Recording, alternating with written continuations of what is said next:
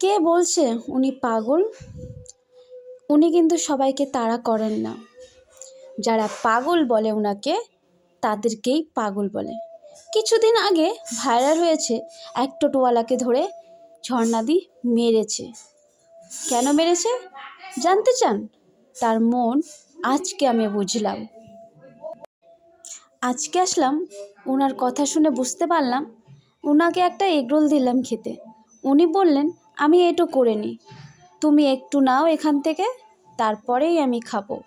তুমি না খেলে আমি খাবো না। কিন্তু আমি খেতে চাইনি, যেহেতু ওনাকে আমি দিলাম ওনার জন্যই। উনি যাতে খেয়ে আমার সাথে দু একটা কথা বলেন, বা কথা বলার ওনার পেটে জোর ছিল না। আমি কিভাবে কথাগুলো বলবো, মানে নেগেটিভ কেউ ভেবো না, আমি কথাটা ঠিক গুছিয়ে বলতে পারছি না। উনি অনেক কষ্ট করে কথাগুলো বলছেন, হ্যাঁ, অনেক কষ্ট করে অনেক দুঃখের কথাগুলো বলছেন। আজকে আমি এই ভিডিওটা করার পর যে আমি ভাবলাম, যদি আজকে আমার মা থাকতো, মানে আমার মা তো আছে, সরি, আমার মা যদি এরকম হতো, তাহলে কি আমি রাস্তায় এভাবে মাকে ফেলে দিতাম? মা রাস্তায় রাস্তায় ঘুরিয়ে বেড়াচ্ছে, ছেলে মেয়ে আছে, সবাই আছে, তার একবারও খোঁজও নেয় না। আমি চাই যারা এই ভিডিওটা দেখবে সবাই ভিডিওটা শেয়ার করো, যাতে ছেলে মেয়েদের মাঝখানে চলে যায়।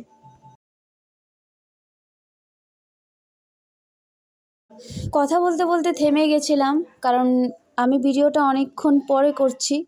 ভিডিওটা ম্যাক্সিমাম 5-6 দিন আগে করা হয়েছিল। আর আমি কথা বলার সাথে সাথে উপরে টেক্সট করে লিখে দিচ্ছি, সবাই প্লিজ প্লিজ প্লিজ একটু ভিডিওটা শেয়ার করো। ঝর্ণাদি আমাদের রায়গঞ্জে এত প্রতিভা, এত ট্যালেন্ট, এত সুন্দর গান গাইতে পারে, সবার মন কেড়ে নিতে পারে। তো সবাই প্লিজ একটু ভিডিওটা শেয়ার করো, এবং সে যেন ভালো জায়গায় যেতে পারে। তার সংসারের এই ভিডিওটা সংসারের মাঝে শেয়ার করে দাও। তার ছেলেমেয়েরা যেন সেই ভিডিওটা দেখে তাকে যেন নিয়ে যেতে পারে।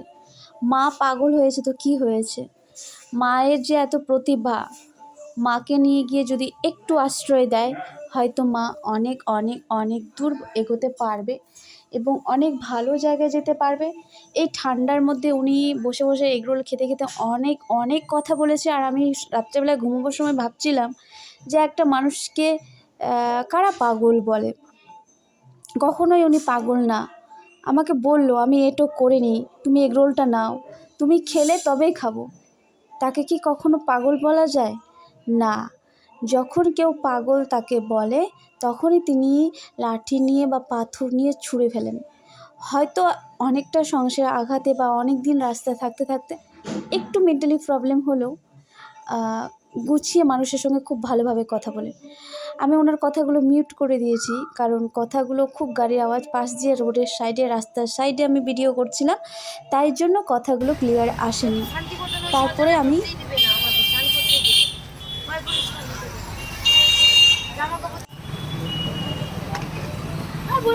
জানি না, আমি এখানে কথা বলতে বলতে থেমে যাচ্ছি, কথাগুলো ওনার কথাগুলো আছে নাকি বুঝতে পারছি না।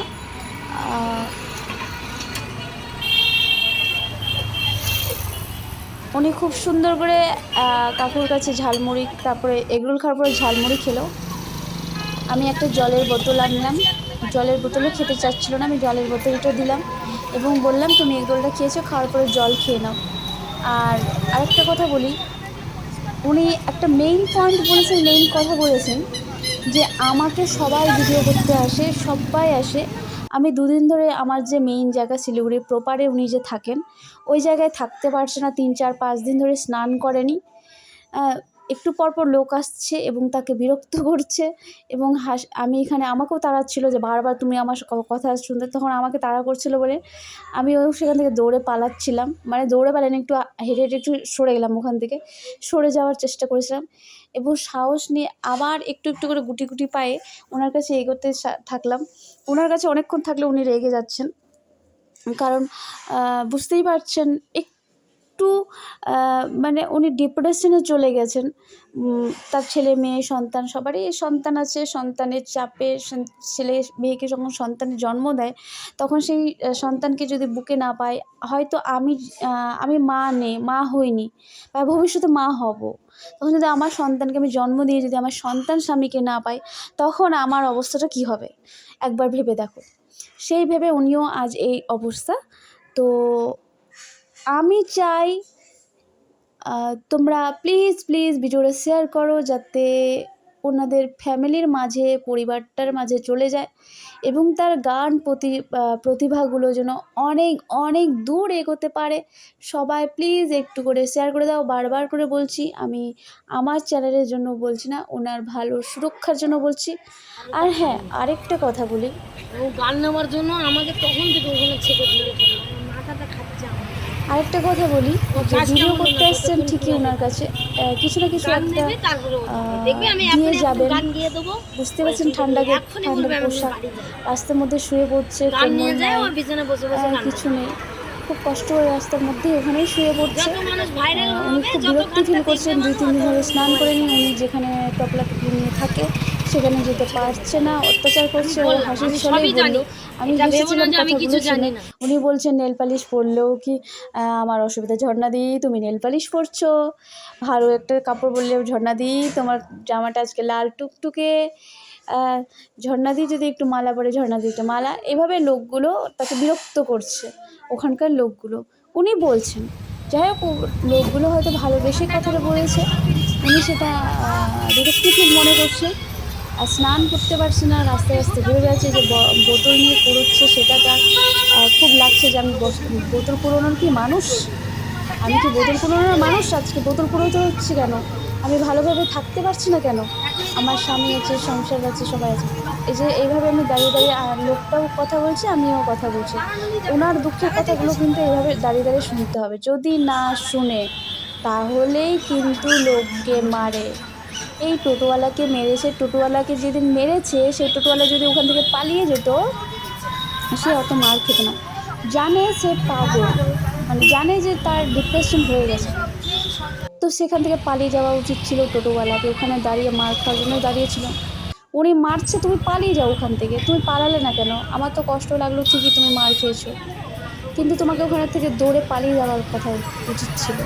তুমি বসে দাঁড়িয়ে মার খাচ্ছো।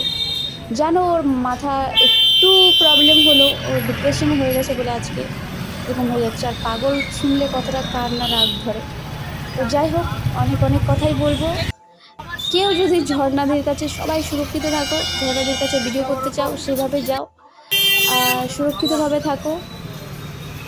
যদি উনি তেরে মারতে আসেন, আমার মতো পালিয়ে যাও। আমি তো দৌড়ে পালিয়ে যাই, আবার আসি, এসে তার সঙ্গে টুক করে কথা বলে, সুন্দর করে কথা বলে বসে যাই। কিন্তু তার দুঃখের কথাগুলো শুনতে হবে। কথাগুলো শুনে তাকে কিন্তু কি বলবো, সাহস দিতে হবে। এটা হলো মেন কথা। সাহসটা উনি চাইছেন, সাহসটাই হচ্ছে মেন। সাহসের জন্যই সবাই সব জায়গায় যেতে পারে। আমি পরীক্ষা দিতে যাব, কেউ যদি বলে অল দ্য বেস্ট, আমি খুব খুশি হব। তো কথা বলতে থেমে গেলাম, সবাইকে বলছি আমি এখন ভিডিওটা শেষ করতে চলছি। এডিটিংটা করছি, কখন ভিডিওটা পোস্ট করব জানি না। যখনই ভিডিওটা পোস্ট করি না কেন, সবাই প্লিজ একটু ভিডিওটা শেয়ার করে দেবো। আর কী যে বলবো, বলতে অনেক কিছু ইচ্ছা করছে, কীভাবে ভিডিওটা চলছে আর আমি মিউট করছি, জানি না কি বলতে। যারা আমার ভিডিওটা দেখবে বা ব্লগটা দেখবে, তারাও বিরক্ত ফেলবে। ন্যাকামের শেষ নেই, ন্যাকামোর শেষ নেই। উনি যেগুলো কথা বলেছিল, আমি নিলামই না কথাগুলো। নিলে পরে তোমরাই রেগে যেতে। প্রচণ্ড মানে খারাপভাবে কথাগুলো বলছিল, মানে বাজেভাবে। সেগুলো আমি দাঁড়িয়ে শুনছিলাম, তাকে সান্ত্বনা দিচ্ছিলাম। সান্ত্বনা দিতে হয়, না হলে লাঠির বাড়ি খেতে হবে ওনার কাছ থেকে। আমাকে সান্ত্বনা দেওয়াটাও খুব জরুরি। উনি মায়ের মতন। যখনই ওনাকে একবার বলেছিলাম মায়ের মতো, তখন ও আমাকে হাত বুলিয়ে দিয়েছিল। যাই হোক, আমার খুব ভালো লেগেছে। আমি ভিডিওটা ঝাপসা আসছে, রাত্রেবেলায় করেছি, জানি না ভিউজ কেমন আসবে না আসবে। আমি আবার ভিডিওটা করব দিনের বেলা, যখন ঝর্ণাদির সঙ্গে আমার দেখা হবে, পরিষ্কারভাবে পুরোপুরিভাবে ভিডিওটা করব। প্লিজ একটু ভিডিওটা তোমাদের মাঝে শেয়ার করে দিও। আর কিছু বলার নাই, একটা লাইক করে দিও আর একটা কমেন্ট করে দিও। কমেন্টটা করলে খুব খুশি হব যে ঝর্ণাদি ভালো জায়গায় যেতে পারবে। আর শুধু একটাই ঝর্ণাদির জন্য গানটা, দেখো আলোয় আলো আকাশ, দেখো আকাশ তারায় ভরা, দেখো যাওয়ার পথের পাশে ছোটে হাওয়া পাগল পাড়া, এত আনন্দ আয়োজন সবই বৃথা আমায় ছাড়া।